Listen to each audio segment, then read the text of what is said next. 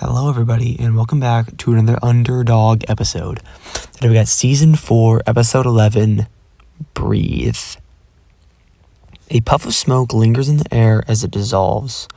Two fingers are separated by a newly lit cigarette. It's pressed between someone's lip before it's removed, and another puff of smoke gets released from their mouth. It cuts to a different angle, showing it's Mandy smoking, leaned up against an indigo-colored pillar. Someone's footsteps can be heard against the hard floor, approaching Mandy. Dreamer comes into frame and twirls his hand, making the cigarette flicker with rainbow sparkles before it disappears, along with the cigarette. Mandy quickly turns to Dreamer and scrunches her eyebrows. What the hell? Dreamer walks up to Mandy and points a finger in her face. She doesn't smoke. Mandy scoffs and leans off the wall, walking over to a small black desk, toying with the pencils in a cup. Does he know anyone who smokes? Mandy spins, facing her back against the desk, and leans on it. Dreamer turns to her, but stays in the same spot. No. Dreamer lingers for a few more moments before walking away. Mandy groans and throws her head back. She brings her head back up, and suddenly her body ripples, and her soft skin is replaced by an orange, scaly skin. Her eyes are replaced by one small slit that has a black pupil, and her hair is replaced by a small tan spike that is embedded inside the orange head. The unknown person turns over their shoulder and smacks the pencil cup off the table, spreading them all over the sleek indigo floor. Asshole.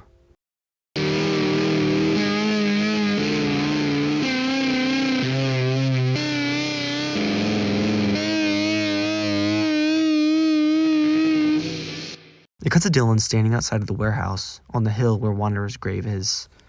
The hole is still open and empty, with the rainbow specks glowing less brighter. Dylan stares into the grave with a blank expression. He reaches back and unsheaths the blades from his back, holding one in each hand. He looks down at the blades and back at the grave. With a flick of his wrists, he tosses his blades into the grave.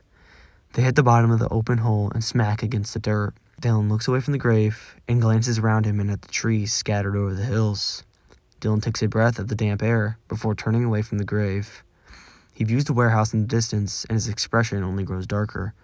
The reminder of the bodies that occupy the warehouse clouds his mind.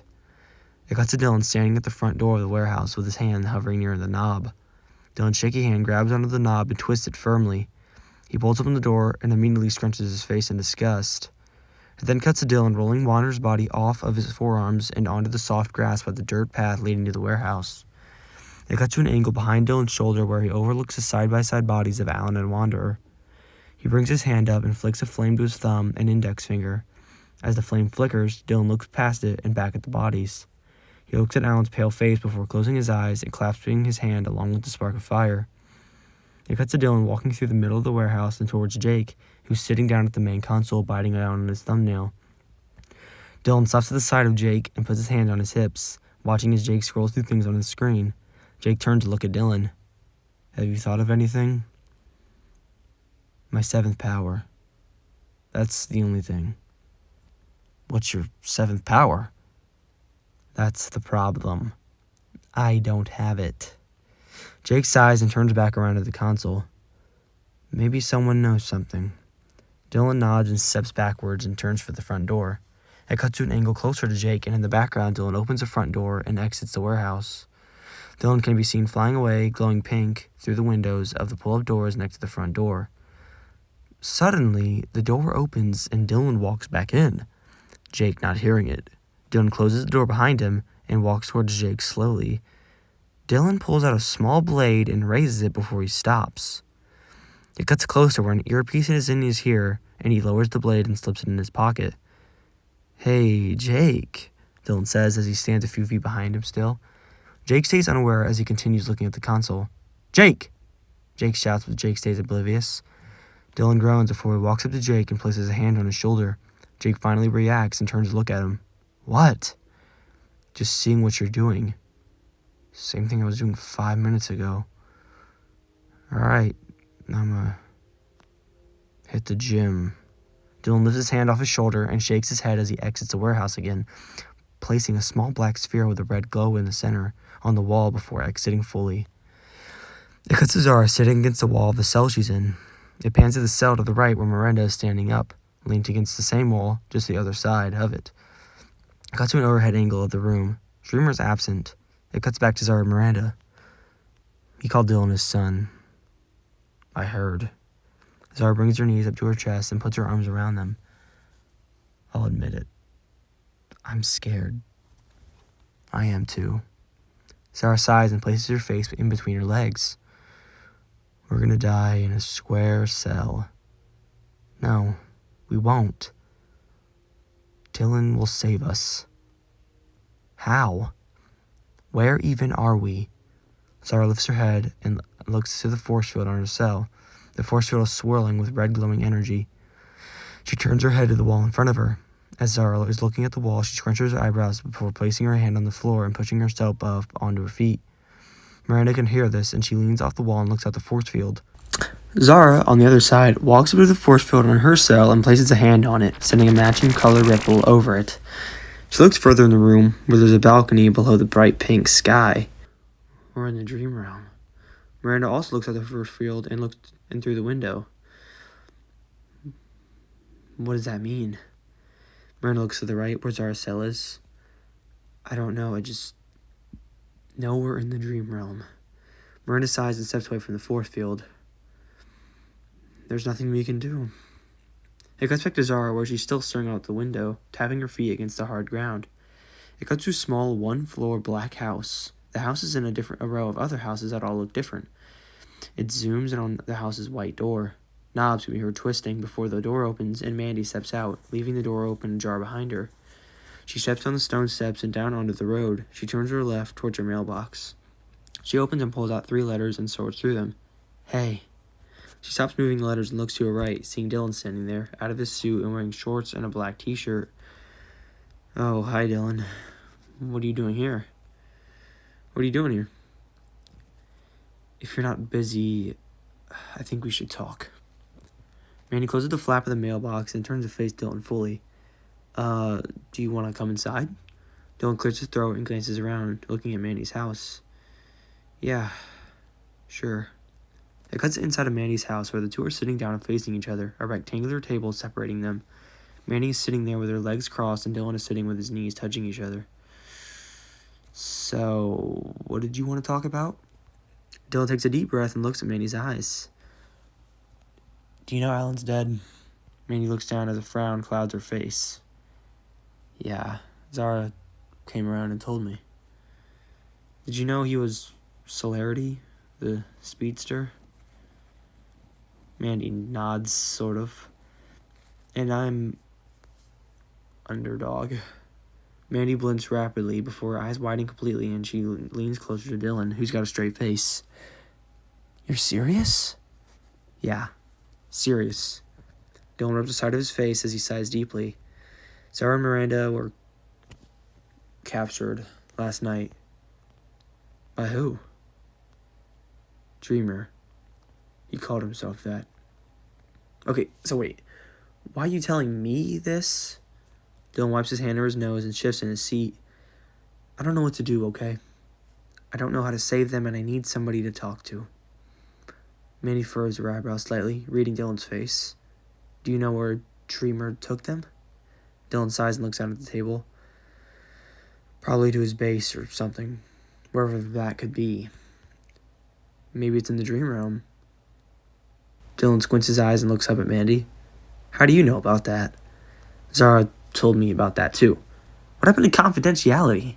It's fine. I don't care enough to tell anyone. Great.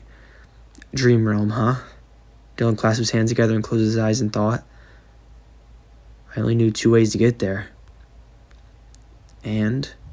Dylan shakes his head as he rises off the couch and walks over to the window next to the TV. There's only one way I can think of getting there. Of stopping Dreamer. Mandy's shown walking up next to Dylan, looking at him. And how's that? Dylan looks over to Mandy. When I first got my powers, this meteor landed in my house. It shot out 7 shockwaves.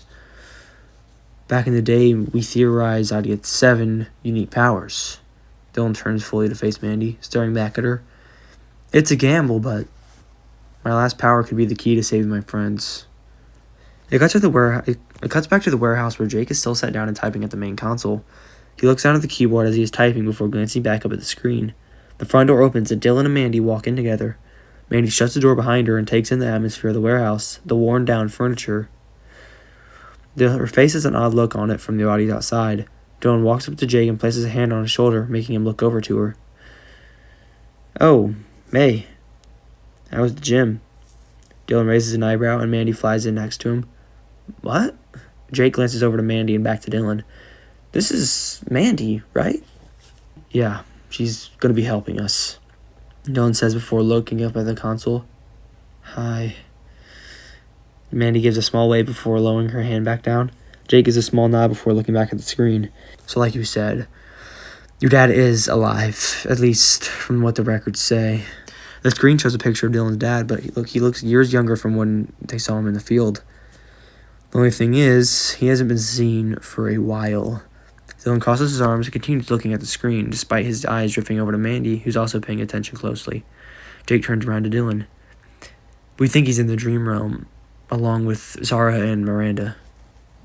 Jake gives a shrug and sideways nod. "It's plausible. There's no other place I can think of him being. And yes, I've searched a little."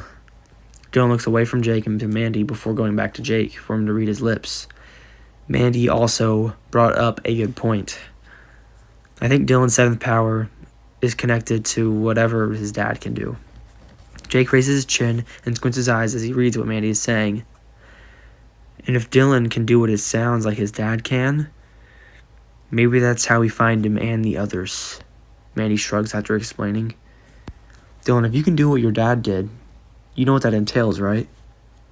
"What?" Jake gets out from the springy chair and rolls it against the main console, stepping closer to Dylan and Mandy.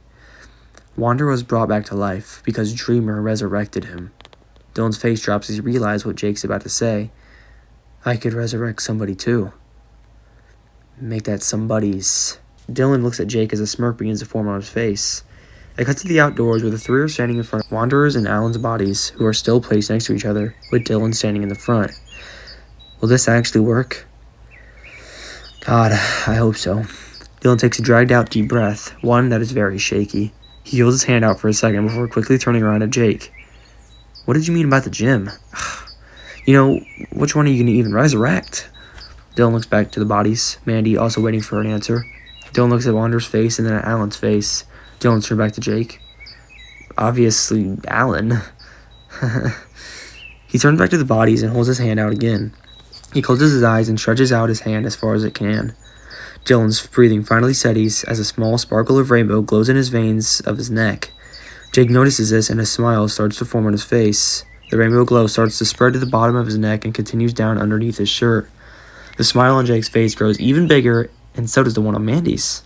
Jake starts to jump up and down as the rainbow glow can be seen shining through the right sleeve of his shirt. Jake runs to the other side where Mandy is standing, where the glow spreads out onto Dylan's visible forearm. Jake grabs one of Mandy's shoulders and grips him tightly, smiling huge.